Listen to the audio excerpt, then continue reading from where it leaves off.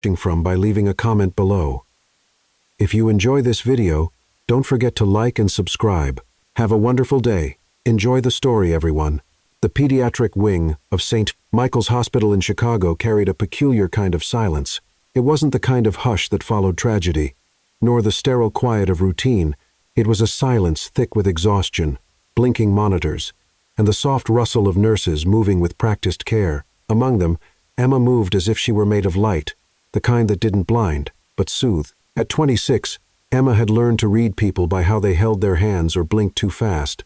She had grown used to comforting without words, to smiling even when her own life ached in silence. That morning, she was kneeling by the bed of a little boy named Noah, tracing cartoons on the sheet with her finger, trying to distract him from the IV in his arm, and that's when she felt it.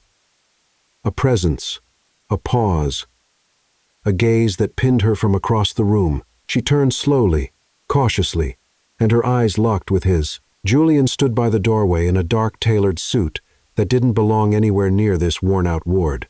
His coat draped across one arm, the other hand resting in his pocket.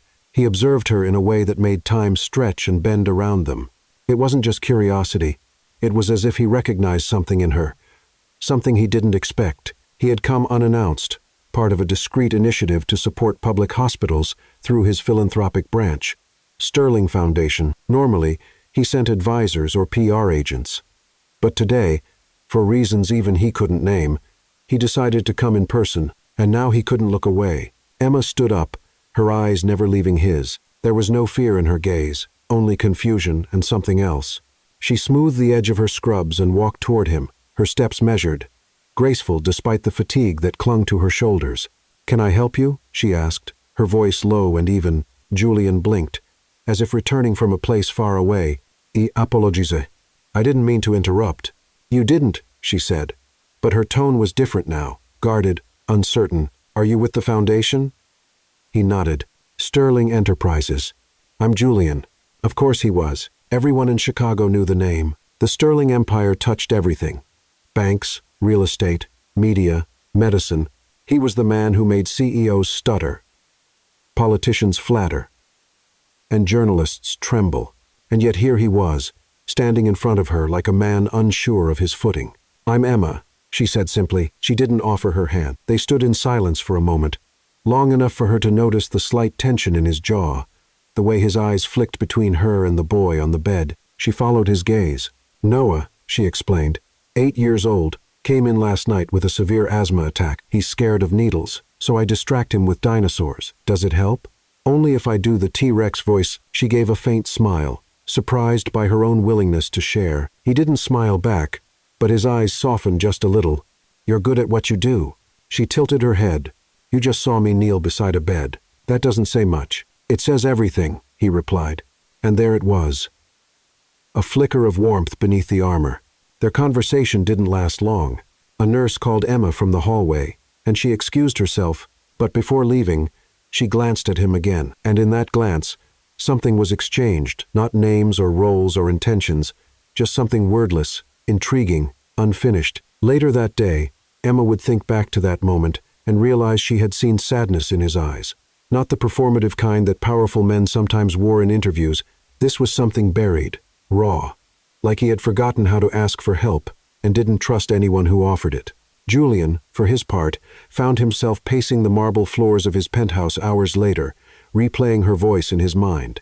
There had been nothing strategic about her, no agenda, no performance, just presence. And that, for a man whose life was filled with masks, was oddly disarming. The next morning, flowers arrived at the hospital, not the kind that shouted attention, but simple white lilies with a note that read, "Thank you for reminding me what kindness looks like." Emma nearly dropped the card when she read the signature. The nurses buzzed with whispers, teasing her with sly smiles and raised brows. She smiled, said nothing, and tucked the note into her locker. She told herself it didn't matter. But that night she dreamed of a man with tired eyes and too many secrets. A week later, Julian returned, not with a board of directors or a PR team, but alone. He asked for Emma. She found him in the courtyard garden, pacing by the fountain like someone who didn't know how to wait. "I'm not here for business," he said before she could speak. "No." She folded her arms. "I wanted to talk to you away from nurses and little boys and hospital walls. She hesitated. "Why?" "I don't know," he said, "but I can't seem to stop thinking about the way you looked at me, like you saw through everything." She blinked. "That wasn't my intention." "I know. That's what scares me." They sat on a stone bench. She didn't ask about his world, and he didn't talk about it. Instead, he asked about her favorite books, her childhood dog, the one place she'd always wanted to go but never could. And for 2 hours they talked like two people who had forgotten who they were supposed to be. But just as she began to relax, to let herself believe in the ease between them, he checked his watch and stood. "I have to go," he said, voice clipped. "Of course." She stood too. He looked at her then, like he wanted to say something important and couldn't. So instead, he reached into his pocket, handed her a folded piece of paper, and left without another word. She opened it after he disappeared. A handwritten note. "Dinner tomorrow. Delapan. Noel P. M. I won't bring my world if you promise not to bring yours." And beneath it, an address. The restaurant was quiet, the kind of place hidden behind tall hedges and frosted glass, elegant, understated, and designed for discretion. Soft amber lights glowed overhead, casting gentle halos onto white linen tablecloths. A cello played somewhere in the background, its melody slow and mournful. Emma sat at a corner table, her hands folded in her lap, trying not to fidget. She had chosen a navy blue dress, modest, simple, something that belonged more in a church than in a place like this. And yet, as Julian walked in and spotted her across the room, his breath caught. She looked like she didn't belong, and somehow like she belonged more than anyone else. He crossed the floor with deliberate ease, dressed in a dark suit that looked like it cost more than her annual salary. But his presence wasn't just about wealth. It was command, control, quiet power. And yet when he reached her, all that seemed to soften. "You came," he said, as if surprised she was real. She looked up, meeting his eyes. "So did you?" They smiled. Small, tentative smiles. And it was like no one else in the restaurant existed. The waiter appeared, bowed slightly, and poured sparkling water into tall glasses. Emma reached for hers and sipped, needing something to anchor her. Julian watched her, not in the way men often did, but as though he was trying to memorize her expression, trying to understand the language of her silences. "I wasn't sure you would accept," he admitted. "Neither was I," she replied. "I almost didn't. What changed your mind?" She hesitated. "You looked lost that day at the hospital, like you were holding something heavy and pretending it wasn't there." He blinked, caught off guard. "I didn't know it showed." It didn't, not to most people. There was a beat of silence between them. Then he leaned back, folding his hands in front of him. "Do you always speak like that? As if you see right through people, only when they're not trying so hard to hide." A chuckle escaped him. Low, genuine. "God help me," he murmured. Dinner came and went with slow elegance. They talked, not about work or politics or anything that belonged to his world, but about childhood memories, favorite books, the sound of rain at night. Julian told her about the lake house his mother once took him to, before everything became about power and legacy. Emma shared how she learned to braid her own hair after her mom left, and how she used to make up lullabies for her little brother when their father forgot to come home. There was a softness in their voices, as if they both knew this night was something fragile. By the time dessert arrived, which neither of them touched, the distance between them had closed, not physically, but emotionally. Something had begun to form in that space, not just attraction, recognition. When they walked outside, the air was cool and damp. His car waited at the curb, engine purring softly, but they didn't part immediately. They stood on the sidewalk beneath the glow of an old street lamp, wrapped in quiet. "Would it be inappropriate," he asked slowly, "if I said I didn't want this night to end yet?" She looked up at him, her eyes reflecting something unspoken. "That depends on what you mean by end." He smiled faintly. "Just not yet. Not goodbye. Maybe a walk." She nodded, and they walked slowly, without direction, like people who didn't want to be found. That night didn't end with a kiss. It didn't need to. It ended with a look, one that lingered just long enough to echo in their minds long after they had parted. The days that followed were quiet on the surface, but charged beneath. Julian sent no flowers this time, no public gestures. Instead, she received a handwritten note tucked into her locker. "I'll be near the park bench where the sycamores lean. Friday, 7:30. She didn't tell anyone. They met again and again, always in places where no one would recognize them. Late-night diners, shadowed gardens, Private libraries in the back of old buildings. Each meeting was a whisper, a stolen page from a book no one else could read. They talked about everything and nothing, and with each conversation, Julian became less of a distant figure and more of a man. He confessed his fear of becoming like his father, a man who built empires but left destruction in every room he exited. Emma, in return, told him about her fear of loving someone who could disappear at any moment, not just physically, but emotionally. "I don't disappear," he said once, voice tight. "You do," she whispered. "In your eyes." He didn't argue. He just looked away. But not all moments were heavy. There was laughter, two inside jokes that formed in glances. The way she would mock his obsession with black coffee, or how he teased her for always carrying two pens, one for work, one for dreams. One night, in an old theater no longer in service, he danced with her to music playing from his phone. She laughed when he stepped on her toes, and he laughed too, for the first time in years, there, in that dusted room, surrounded by broken seats and forgotten curtains. They felt alive in a way that no boardroom or hospital wing ever could offer. Still, they didn't name what was growing between them. There were no declarations, only eyes that said too much and touches that lingered too long. And then came the night at his office. She had come to drop off a thank you letter for a donation he'd made to a pediatric wing, in her name, anonymously, of course. He opened the door before she knocked, as if he had been waiting. Inside, the room was warm, dark, except for the city lights filtering through the tall windows. They talked for a moment, nothing urgent, but something shifted. A pause between words, a silence that stretched just a second too long. She took a step back, and he took a step forward. Their hands touched first, his fingers brushing hers, hesitant, then their eyes met, and whatever restraint existed collapsed between them. The kiss was slow at first. A question formed in breath and skin, but then came the pull. Deep, magnetic, undeniable. His hands cradled her face like he was afraid she might vanish. Her body melted into his as though it had known the shape of him long before this night. They broke apart, breathless. "I shouldn't have," he started.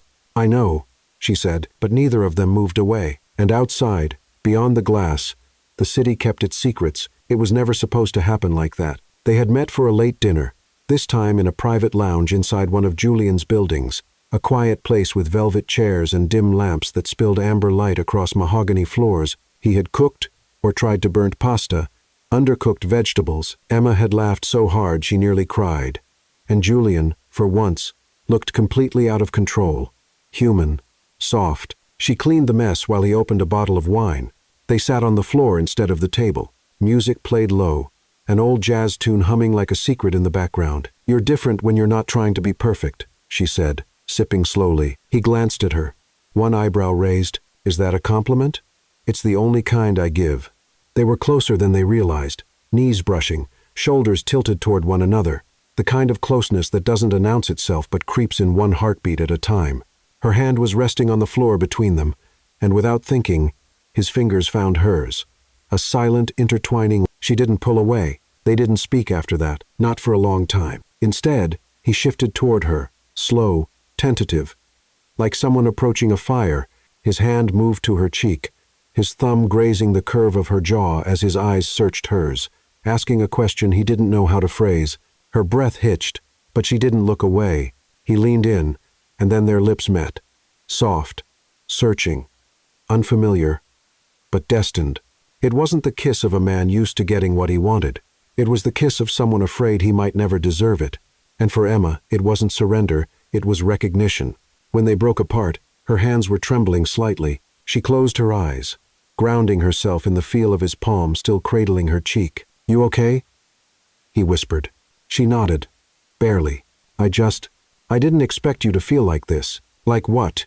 "Real. A moment passed." Then he stood, reaching for her hand. "Come with me." He led her upstairs, not in haste, but in reverence. The elevator ride was silent, her fingers wrapped in his, her pulse racing. His penthouse office was nothing like she imagined. It was warm.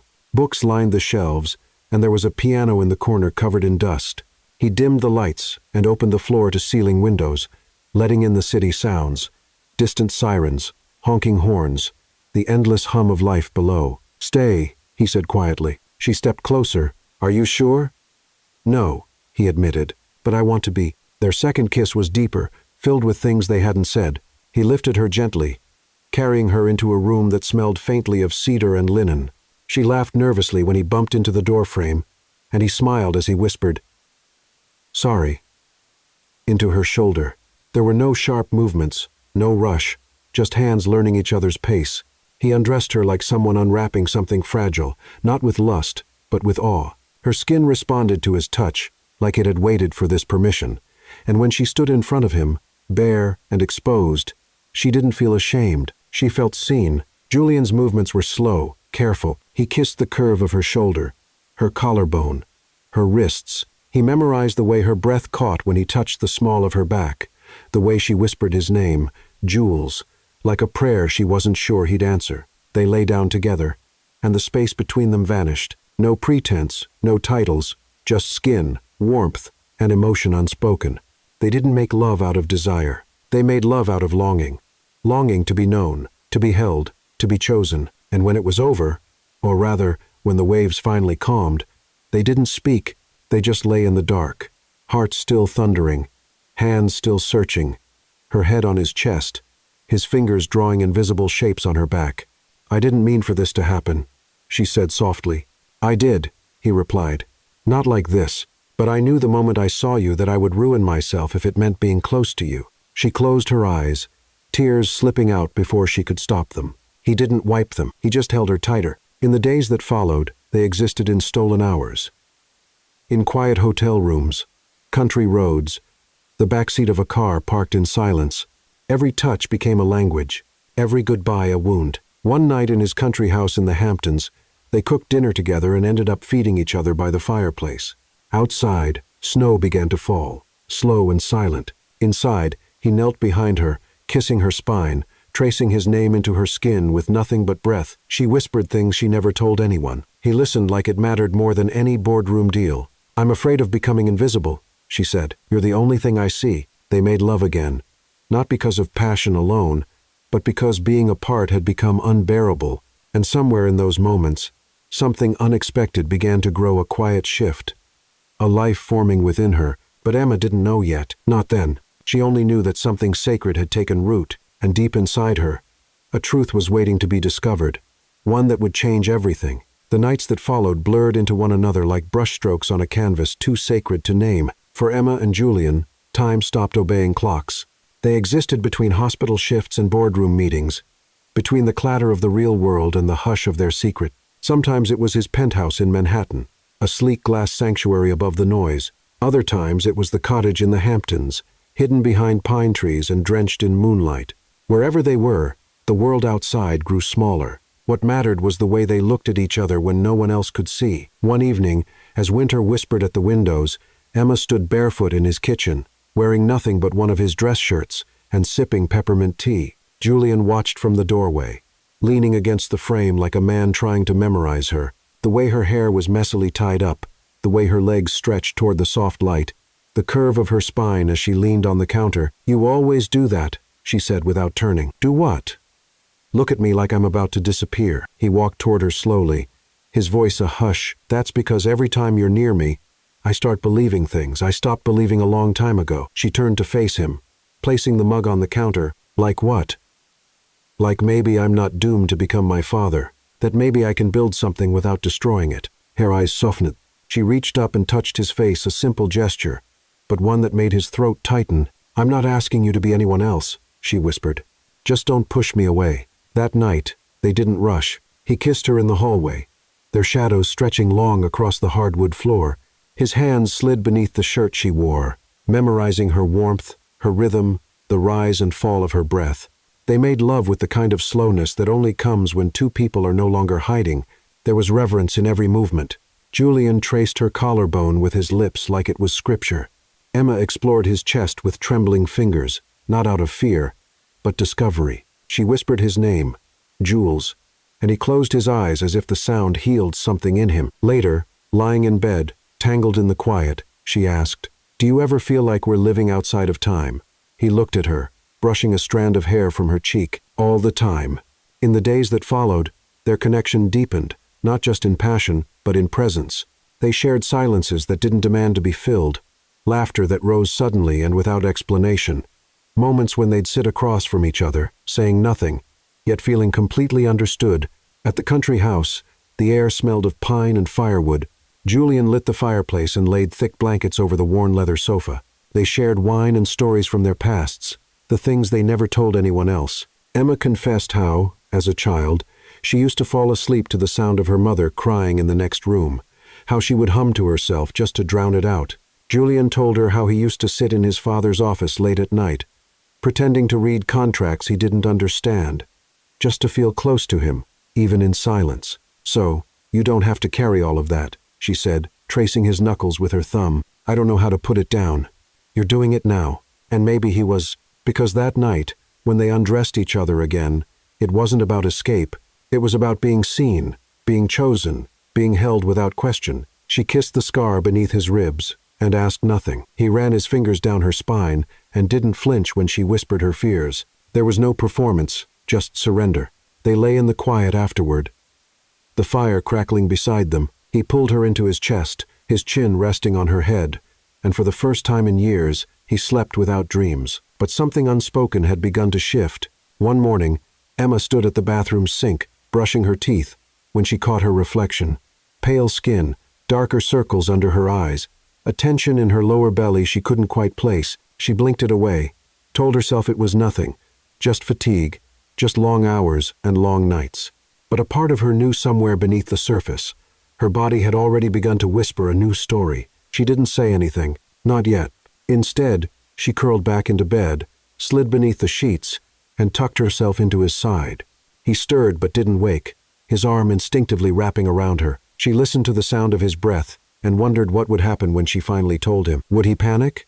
Would he pull away? Or would he do what she silently hoped for and choose her again? That evening, they stood by the window of the penthouse, watching the lights of the city flicker like distant stars. Emma leaned into him, her fingers laced with his. "Have you ever wanted to disappear?" she asked softly. He looked down at her, surprised. "Why would you ask that?" "I don't know. Sometimes I just wonder what it would feel like to live a life no one notices." "You'd hate it," he said, "because the world would be missing something it doesn't even know it needs." She smiled faintly, resting her head against his chest. He kissed her hair. Neither of them knew that their world was already changing, that within her a heartbeat had begun, fragile, hidden, but undeniable, and soon no secret would stay hidden. It began with a scent. Emma stood in the hospital supply room, organizing vials of antibiotics, when the smell of rubbing alcohol hit her harder than usual. Her stomach twisted. A wave of nausea rolled up her throat. Sharp and unexpected, she clutched the shelf for balance, closing her eyes, breathing through her nose. "You okay?" asked a colleague, poking her head in. "Yeah." Emma forced a smile. "Skipped breakfast." But it wasn't just that. Over the next few days, small things began to unravel. Food she normally loved suddenly repulsed her. Her body felt heavier, not in weight, but in gravity, like something had quietly shifted inside her. And then came the moment she couldn't ignore. She was late by a week. She tried to stay logical. Stress, irregular shifts, emotional exhaustion. They could all throw her cycle off, but deep down, she knew her body. And her body was telling her something had taken root. At the pharmacy down the street from the hospital, she paid in cash, kept her head down, and walked back home with trembling hands. She didn't even wait to change out of her scrubs. The test sat on the edge of the bathroom sink as she stared at it, frozen in place, pulse roaring in her ears. 2 pink lines. Emma sank onto the cold tile floor. The test clutched in her hand. Her heart thundered, not in fear, but in something much more complicated, a storm of wonder and disbelief. Her fingers pressed against her belly, still flat, still quiet, but suddenly sacred. A child. His child. The world didn't stop moving. She still went to work, still responded to emergencies, still smiled at elderly patients, and wrapped tiny arms in bandages, but everything felt different, like she was living in 2 layers, the one everyone could see, and the one only she could feel. She didn't tell Julian right away. At first, she convinced herself she needed time to process. Then she reasoned that he was busy, locked in high-stakes negotiations, media appearances, global investors, but in truth, she was afraid not of him, of what the truth might mean for their quiet world. For them, he had never spoken of children, he barely spoke of the future, and yet, every time he looked at her lately, There was a softness there, a question he hadn't yet formed, a vulnerability she didn't want to wound.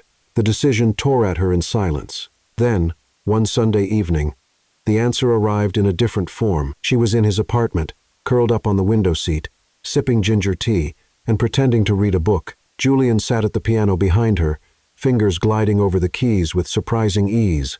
He wasn't playing anything recognizable, just fragments, notes that rose and fell like breath.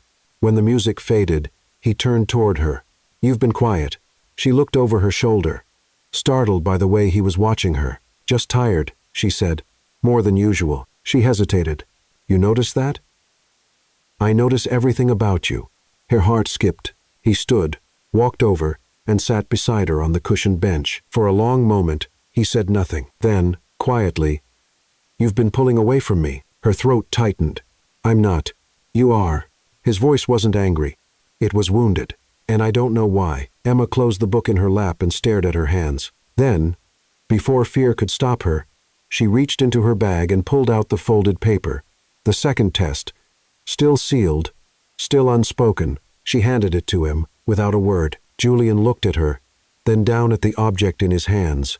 His fingers were steady as he unfolded it. The moment he saw it, the meaning of those two pink lines, something shifted in his expression. Not panic, not anger, stillness.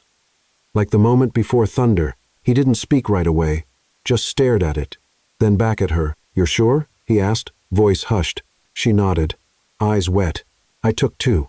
I didn't believe it either." Julian stood, paced to the other side of the room, ran a hand through his hair. "A child, our child," she whispered. He turned slowly, as if the words had struck him physically. A long silence stretched between them, the kind that carries the weight of every choice yet to be made. Then he crossed the room in 3 strides and knelt in front of her. He didn't say anything at first. He just placed his hand on her stomach gently, reverently, like touching something sacred. "Are you okay?"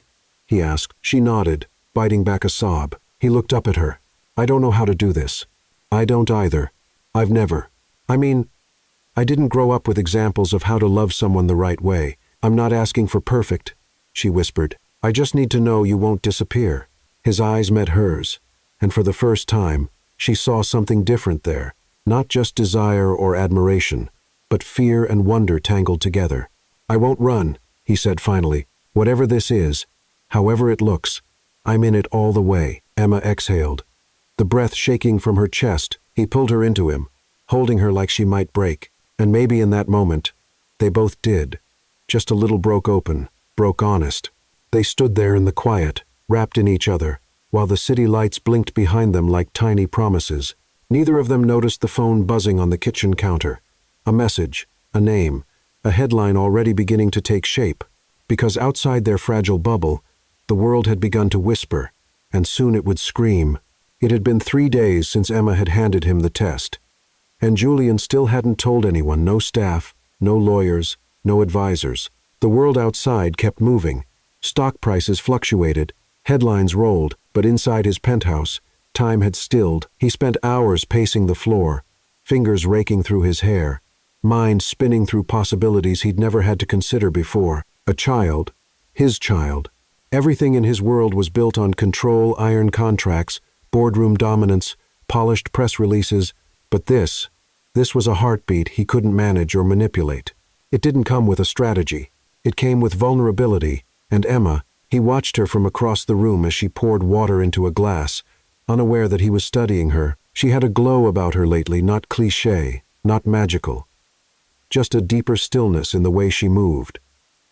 Like her body already knew it was protecting something precious. "Sit with me," he said softly. She looked up, surprised. "Now?" He nodded. Already sinking into the leather armchair near the fireplace, she came, barefoot, wearing one of his shirts again, and it undid him every time. When she sat across from him, her hands folded nervously, he didn't speak at first, just stared into the fire. "I've never told you this," he began. "But I was an only child. My father had 2 families. I was the one he claimed publicly, but not the one he loved." Emma's brows pulled together. She leaned forward. "Jules," she said softly, "I swore I'd never become like him. I spent my entire life proving I wasn't him. Every decision, every risk, every ounce of success, all to distance myself from his shadow. He turned to face her fully, and now, the one thing he failed to do becomes the one thing I must learn how to do from scratch. She reached across and took his hand. You don't have to be your father, but I'm afraid I already am. I don't know how to be soft with something I can't control. I don't know how to build a family when I've never seen one that didn't fall apart. You start by staying, that's it. Not planning, not perfecting, just staying. He nodded slowly. I want to. I really do. Then that's enough for now. There was a long pause. The fire crackled. A distant siren moaned from the street below. And then he asked, have you told anyone? No, only you. He let out a breath. Part relief, part dread. Good, he said, because I need time to figure out how to protect you before this gets out. She nodded, but there was something in her expression he didn't see, something unsaid, because Emma had received a message that morning from a blocked number, a single line. Does Julian know about the baby yet? No name, no source, but she knew what it meant. Someone knew. 2 days later, it happened. It started with a headline buried on a gossip site. Mystery woman seen at Sterling penthouse multiple nights. Then the next day, insider claims CEO's secret lover might be expecting. Emma saw the post during her lunch break. Her hands trembled so violently she dropped her phone. Her face went cold. By the time she picked it up again, the comments had already started. Gold digger. Classic scandal. Nurse seduce billionaire. Watch her sell the baby story for million. She couldn't breathe. The hospital hadn't said anything yet, but the stares had begun the way. Nurses lowered their voices when she entered the room. The way one doctor glanced at her belly, then looked away. She didn't even finish her shift. She just left. Julian was in a meeting when she stormed into the building. No security guard stopped her. They knew her by now. She stepped into the elevator and rode to the top floor with tears she refused to let fall. When he saw her, he stood immediately. Emma. Someone leaked it.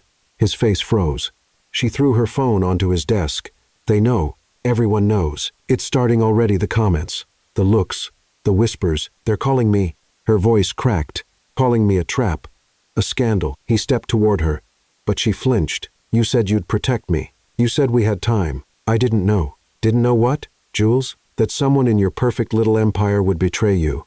Or that maybe, just maybe, our world was never going to survive your world. His jaw clenched. I'll fix it. No, don't fix it. Feel it. For once in your life, stop calculating and just feel it. He stepped back.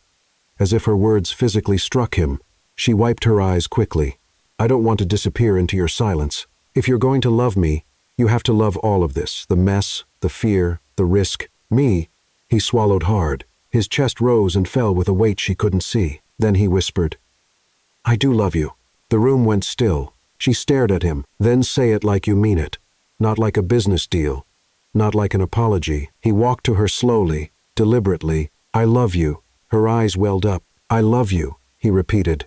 And I love what we've made. Even if I don't know how to be what you need yet, I'm here. I'm not going anywhere. She let herself fall into him then, sobbing against his chest, fists pressed to his shirt like she needed to anchor herself. And for the first time, Julian didn't try to fix her pain. He simply held it. But far below their world of glass and silence, cameras had begun to flash, and somewhere in a conference room filled with men in suits and smiles that hid knives, a conversation had already begun about damage control, about reputation, about denial. Because love was never part of the business plan, it started with a headline on a business tabloid. Julian Sterling's secret mistress, nurse from Chicago, allegedly pregnant with heir. Then came the photos, grainy but unmistakable. Emma leaving his building late at night, her coat clutched tightly around her, her face partially hidden beneath a scarf. Another image showed her entering the hospital, visibly distressed. A third, crueler one, captured her standing on the sidewalk, her hand resting on her abdomen, a candid moment twisted into tabloid bait.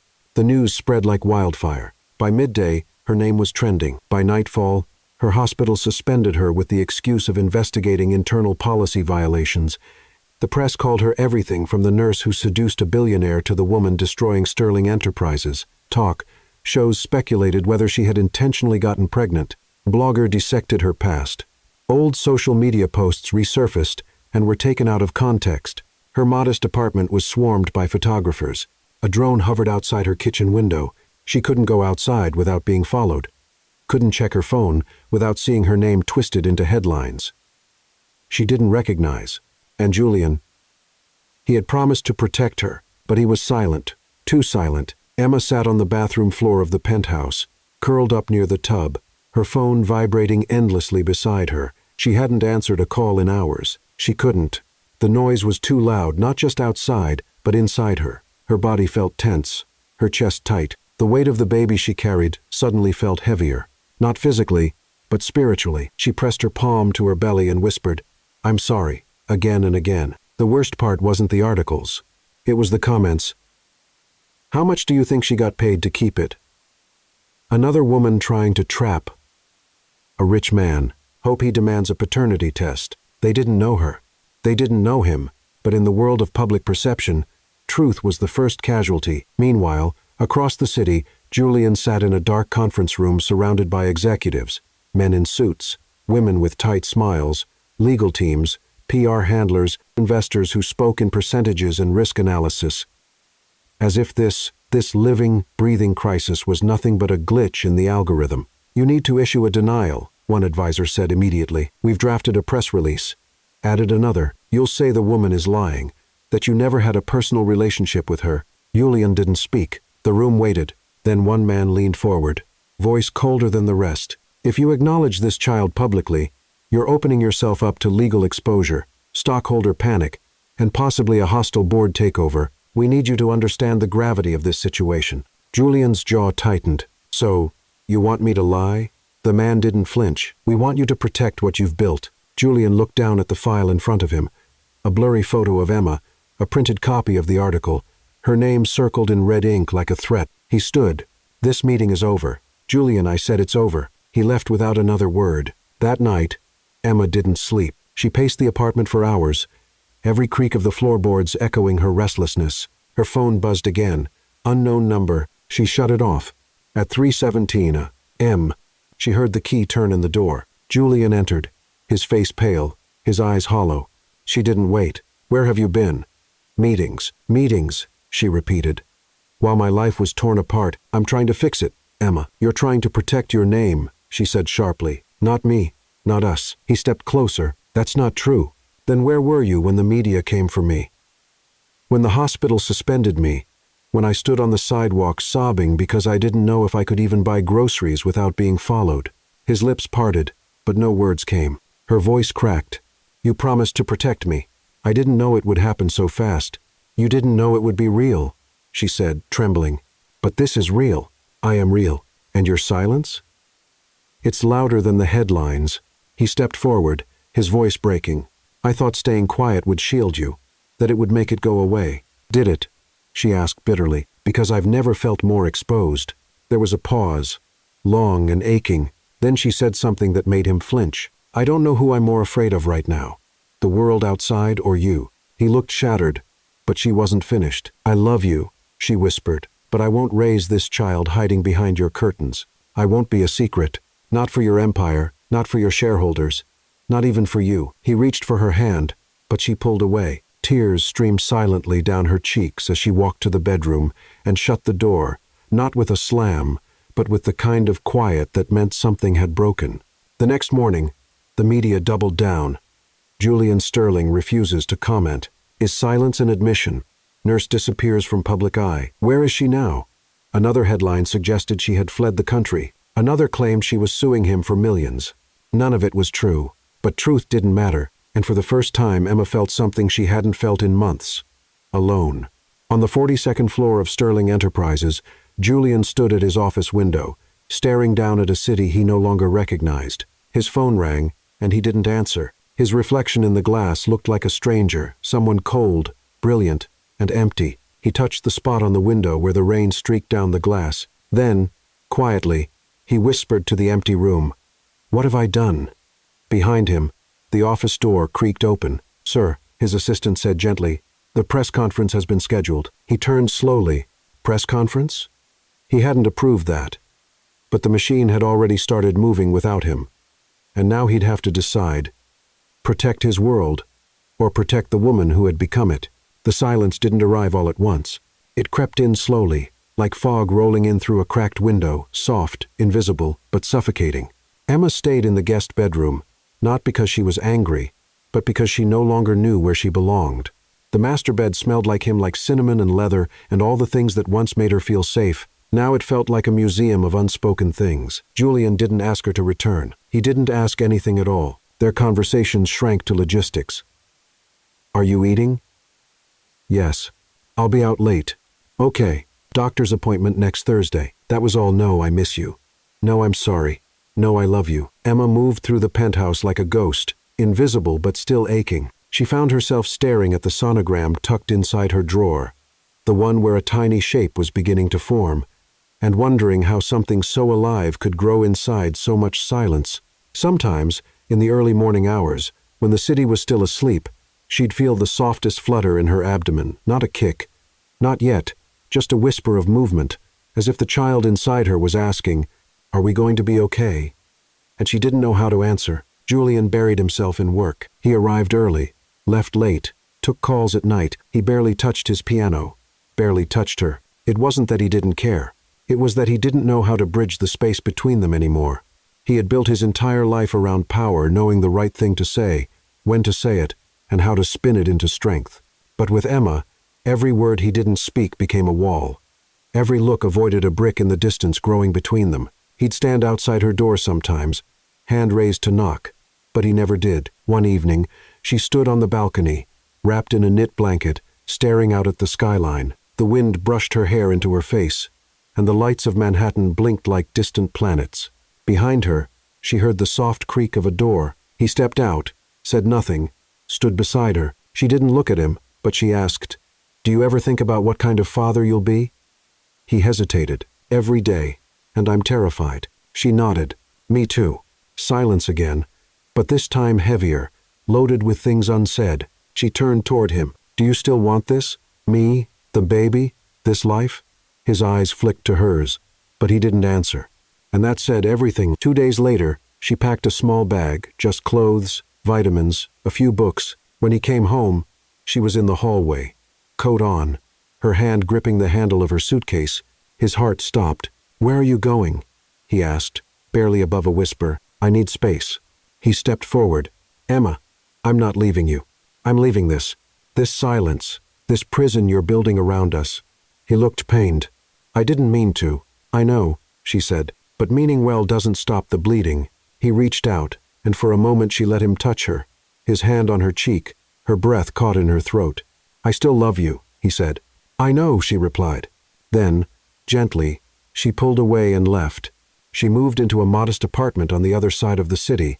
A friend from the hospital offered the spare room. It was smaller, older, with creaky floors and faded walls, but it had light, plants, windows that opened. It smelled of rosemary and coffee and air that didn't carry the weight of disappointment. Emma started prenatal yoga, walked every morning, cooked her own meals, but the ache inside her didn't leave. She missed him. Not the empire, not the name, him. The man who once kissed her forehead after midnight and whispered that she was the only thing in his life that ever made sense. Where had that man gone? And did he even know how to find her anymore? Julian kept the penthouse dark most nights. He tried to reach out once, a message, 4 words. "Are you sleeping okay?" She read it, didn't respond. He never sent another. His team urged him to speak publicly, issue a statement, apologize to the board, clarify his position. But he refused because the only apology that mattered wasn't to shareholders or press outlets. It was to the woman who now walked the city with his child inside her and tears still fresh on her cheeks. One afternoon, as winter melted into a fragile spring, Emma sat in a small clinic waiting room for a routine checkup. The walls were painted with murals of stars and clouds. She sat quietly, hand resting on her growing belly. A little girl sat across from her, swinging her legs, clutching a worn-out bunny. She smiled at Emma and asked, "Are you having a girl or a boy?" "I don't know yet." Emma replied with a soft laugh. "Do you think they'll like bunnies?" "I hope so." The little girl nodded solemnly. "My bunny helps me sleep when I'm sad."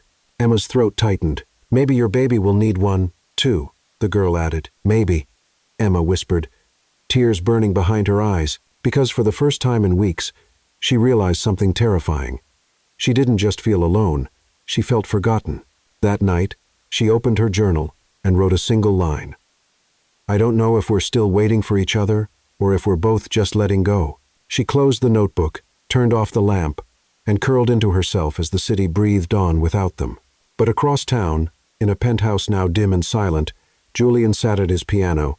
His fingers hovered over the keys, and then, for the first time in weeks, he played not a love song, not a melody of hope, but a quiet elegy for something he wasn't ready to lose and didn't know how to keep. The boardroom was colder than usual. Julian sat at the head of the long obsidian table, fingers laced tightly, jaw clenched. Around him were the same faces he'd grown accustomed to over the years. Men in tailored suits, women in heels that echoed on polished floors, all of them masters of veiled threats and polite ultimatums. The screens at the far end displayed graphs, headlines, and plummeting shares. Sterling Enterprises was bleeding because of her, because of him, because of the truth that no one wanted to speak out loud.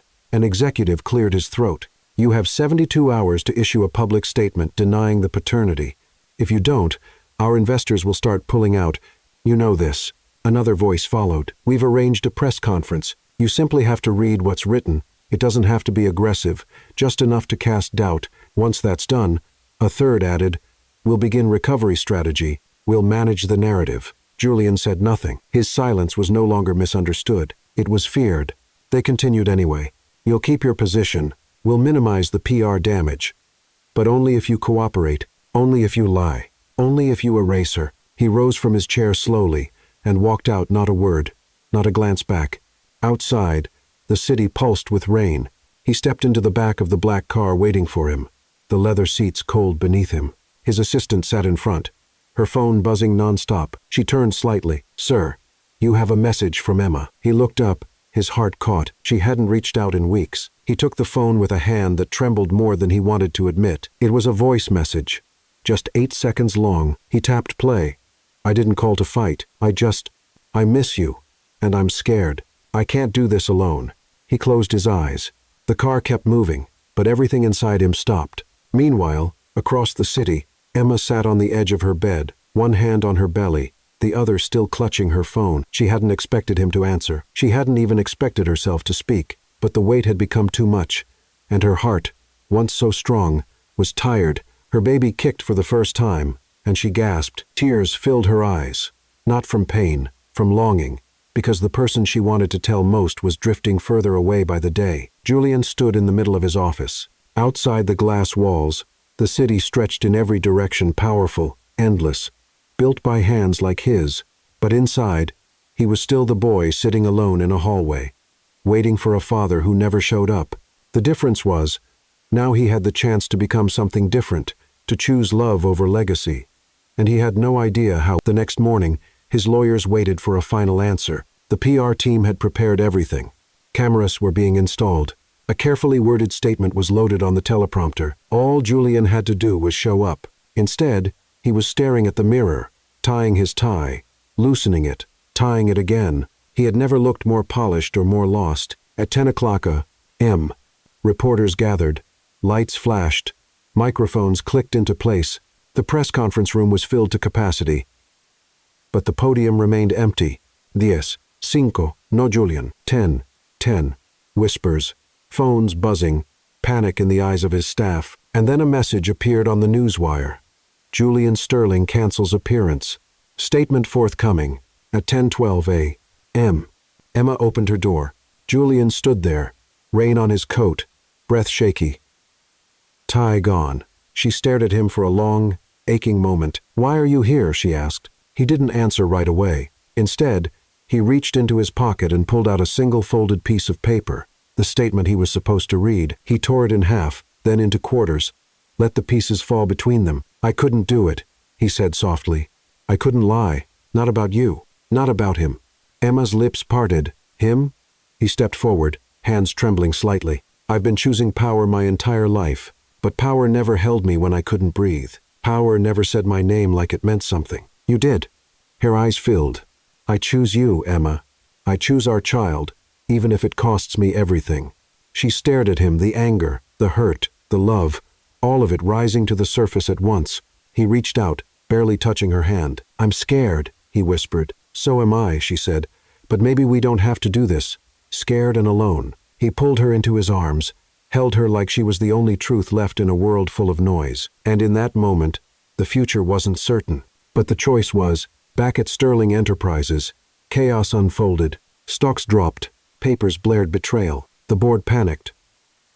But Julian wasn't there to hear it because, for the first time in his life, he was exactly where he needed to be. The world expected silence, or a denial, or a carefully crafted distraction to redirect attention back to numbers, not names. That's how Sterling Enterprises had always operated, with precision, detachment, and control. But that morning, everything changed. Julian stood behind a podium in a packed press room. Cameras lined every angle. Microphones crowded before him, like mouths hungry for scandal. The air was electric, not with anticipation, but with tension. Something was about to shift, and no one knew in which direction. He wasn't wearing a tie. His sleeves were rolled. His eyes, dark with fatigue, held something deeper than strategy. Conviction. He cleared his throat. Then he spoke. "No script today," he began.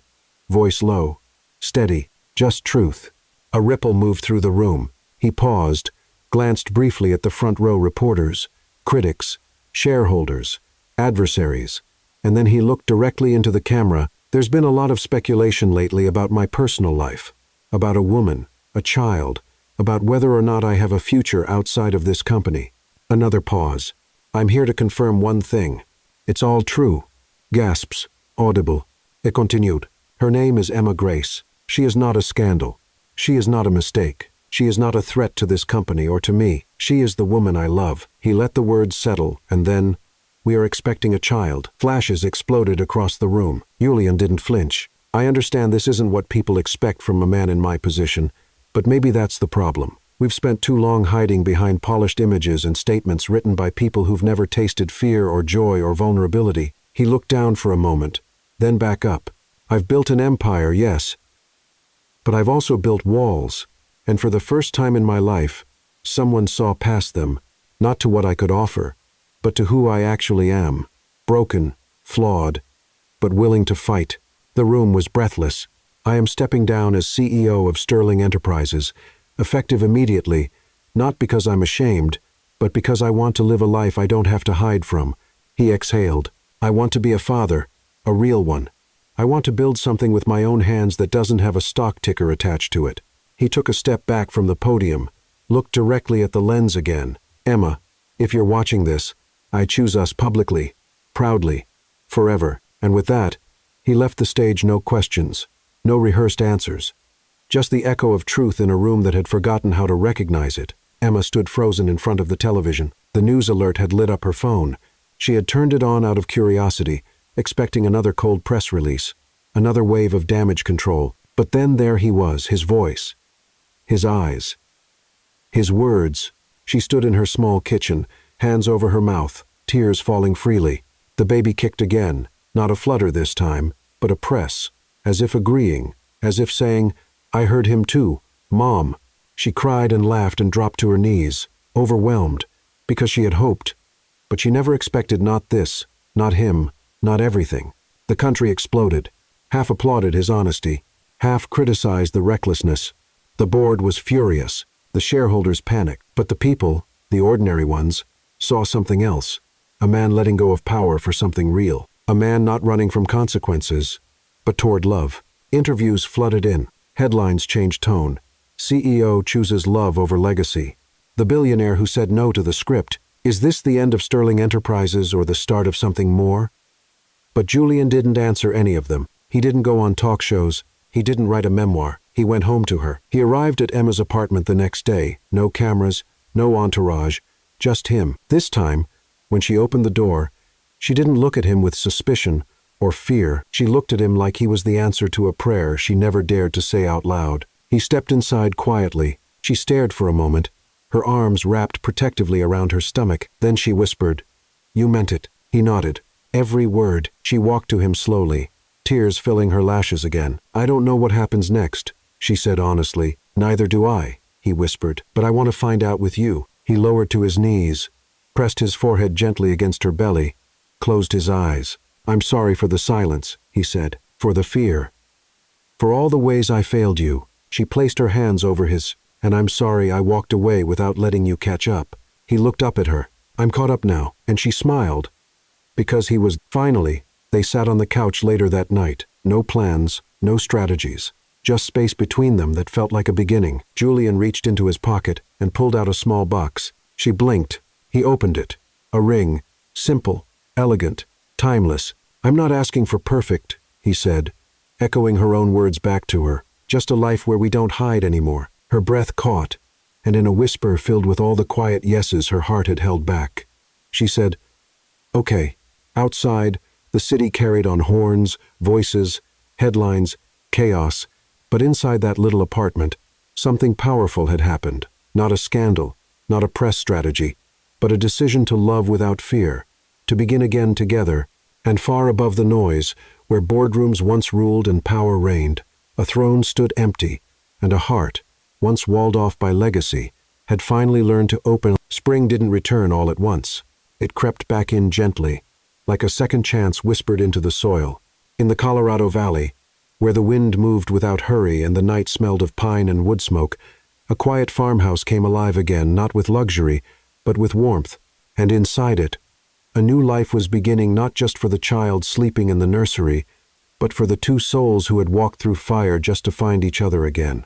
Julian had traded skyscrapers for open skies. His days no longer began with meetings or headlines, but with the soft, unmistakable cries of a newborn from down the hall. And every time he heard it, that fragile, fierce call, he would rise without hesitation. His steps were slower now, grounded. His hands, once known for signatures and contracts, had learned gentleness, the kind that only fathers discover in the dark, with a bottle in one hand and a sleeping child in the other. Elias James Sterling had been born beneath soft hospital lights.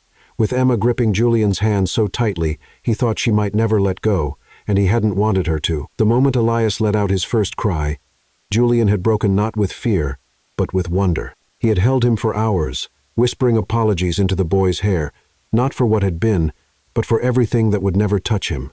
Not shame, not silence, not absence, only presence, only love. The farmhouse became their sanctuary. Its paint was chipped, the plumbing needed work, but the walls held stories now, real ones. Not boardroom victories or business legacies, but the kind told through baby laughter and kitchen dancing at midnight.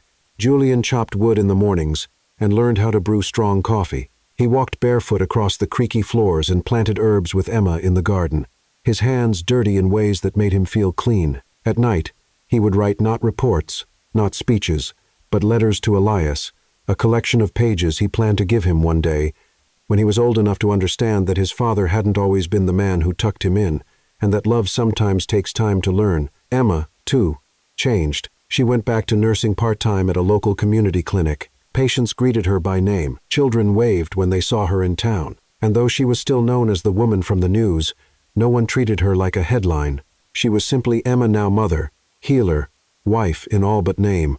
In the evenings, she read aloud while Julian folded laundry. Sometimes they fell asleep on the couch with Elias between them, his tiny hands gripping their shirts like anchors to a life they never dreamed they'd deserve. They shared long walks under the stars, whispered plans for a garden expansion, and kissed in the doorway like teenagers learning each other's mouths for the first time.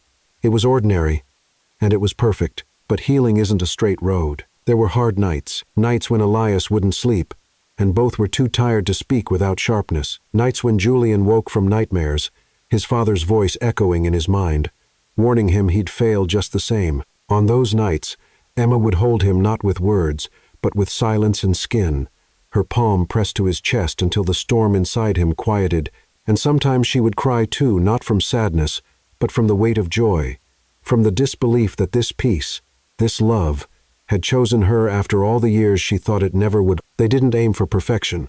They aimed for presence, and they never stopped choosing each other. One afternoon, as golden light spilled across the porch, Julian sat with Elias sleeping on his chest. He rocked slowly, one hand resting protectively over his son's back, the other tracing idle circles on the armrest. Emma stepped outside, carrying 2 mugs of tea. She didn't speak. She just sat beside them. After a long moment, she whispered, "Do you ever miss it? The city, the empire, the name, the power." He looked out at the hills, took a breath. "I miss who I thought I was supposed to be, but not who I actually was." She nodded, and that was enough. They hung new photos on the walls, not magazine covers or company awards, but snapshots of a life in progress. Emma barefoot in the garden, Julian napping with Elias in a hammock, flour on their noses in the kitchen, crayon scribbles on the fridge. Their story now told in color. On Elias's 3-month milestone, they invited no one, no press, no spectacle. Just the three of them in the yard. A candle on a cupcake, laughter carried by the breeze. Julian lifted Elias in his arms, kissing his cheek. "You, little man," he said, "changed everything." And Emma, watching from the doorway, whispered, "And everything changed us." That night, as they tucked Elias into bed and watched him drift into dreams, Julian took Emma's hand and led her outside. Under a sky full of stars, he pulled something from his pocket. A ring. Simple, quiet, golden, like the life they had created. He didn't kneel. He didn't need to. "I know this life is already ours," he said softly, "but I want to promise it again, with your name beside mine, with no more curtains, no more waiting." Her eyes shimmered. "You were always the promise," she whispered. "Yes." Later, as they danced barefoot on the porch to a song only they could hear, Julian pressed his forehead to hers and said, This is everything I never knew, I was allowed to want," and she smiled, because it was. The chapel stood at the end of a gravel road, tucked between willow trees and a narrow stream that shimmered under the late afternoon sun. It wasn't grand, it wasn't gilded in gold or carved from marble, but it was honest, like them. It smelled of cedar and wildflowers. The pews were worn, the floor creaked in protest with every step, and yet, when Emma stepped through the doorway, white lace trailing behind her, everything fell silent, not from protocol, but reverence. Julian stood at the altar in a navy suit. No tie, no crowd, just a quiet smile that trembled slightly when he saw her. He had seen her 100 ways under candlelight, in hospital scrubs, curled up on a couch with their son sleeping against her chest. But today, something inside him broke, in the best way, because this wasn't a dream, it was real. And she was walking toward him like a promise finally kept. The guest list was short, just a handful of souls who had seen them through the storm. A retired nurse who had once mentored Emma, a former driver who Abierto now ran a bookstore, and the midwife who had whispered encouragement into Emma's ear when Elias came into the world. Elias was there too, of course, cradled in the arms of a close friend, his tiny bow tie slightly crooked, his face soft with sleep. He didn't cry, not once, as if he, too, understood that something sacred was unfolding. The ceremony began with no music, only words, vows written in ink-stained notebooks, spoken with voices that sometimes faltered but never strayed. Julian took Emma's hands in his and whispered, "I once built a kingdom of silence, cold rooms, empty floors, my name on buildings but not on hearts. And then you came in not to rescue me, but to remind me that I was worth being found." Her eyes shone, tears balanced but unfallen. "You didn't save me," he continued, voice breaking. "You saw me, all the cracks, all the unfinished pieces, and still you stayed. You chose me again and again." He pressed her fingers to his lips, "And I promised to do the same for all the years to come." Then it was her turn. Emma looked up at him, her voice soft but unwavering. "I thought love would feel like thunder, like lightning. But you were the quiet after the storm, the calm I never thought I deserved." She took a breath. "I've watched you become the man you always were beneath the fear. I've seen you with our son, not perfect, but present, and that is the love I will always choose." She smiled, hand over his heart. "Even in silence, even in uncertainty, I am yours." The rings were plain, no diamonds, no spectacle, just gold. Solid. Enduring. Like them. When the final words were spoken and they were told they could kiss, Julian didn't hesitate. He cupped her face like he had 1,000 times before, but this time with everything behind them and everything ahead. Their lips met, and the world faded. The celebration was held under the open sky, with string lights hung between trees and long wooden tables dressed in linen and rosemary. There was no orchestra, just a record player spinning old love songs as twilight bloomed around them. They danced barefoot in the grass, laughter and light in their steps. Emma twirled with Elias in her arms, and Julian spun them both until all three collapsed into a bundle of joy on a picnic blanket. Later, as the stars began to appear one by one, they sat shoulder to shoulder, fingers laced, watching the fireflies rise like tiny blessings from the earth. Around midnight, The guests began to leave, but Julian and Emma stayed on the porch, wrapped in a quilt. Elias nestled between them, fast asleep. For a long while, they said nothing. They just listened to the crickets, to the wind, to the soft, steady breath of their child. Then Julian spoke, voice low. "We did it." Emma leaned her head on his shoulder. "We're still doing it." He kissed her hair, and she smiled because she was right. Love wasn't a finish line. It was this, the doing, the choosing, over and over again. Sometime in the early hours, they moved inside. The farmhouse glowed in the dark, warm, alive, full of something quiet and holy. Emma changed into cotton pajamas. Julian carried Elias to his crib, brushing a kiss to his forehead before slipping back into bed beside her. They lay together, eyes wide open, staring at the ceiling. "Do you think he'll remember any of this?" she asked. Julian reached for her hand. "No," he said, "but we will." She nodded, squeezing his fingers. "I want him to grow up knowing what love looks like," she whispered. "He already does," Julian replied. "He sees it every time you look at me." That made her laugh, soft and true.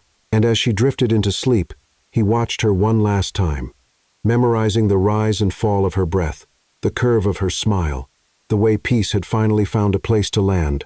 Outside, the moon bathed the field in silver. Inside, 3 heartbeats moved in rhythm, and somewhere between the quiet and the dawn, a new story had begun.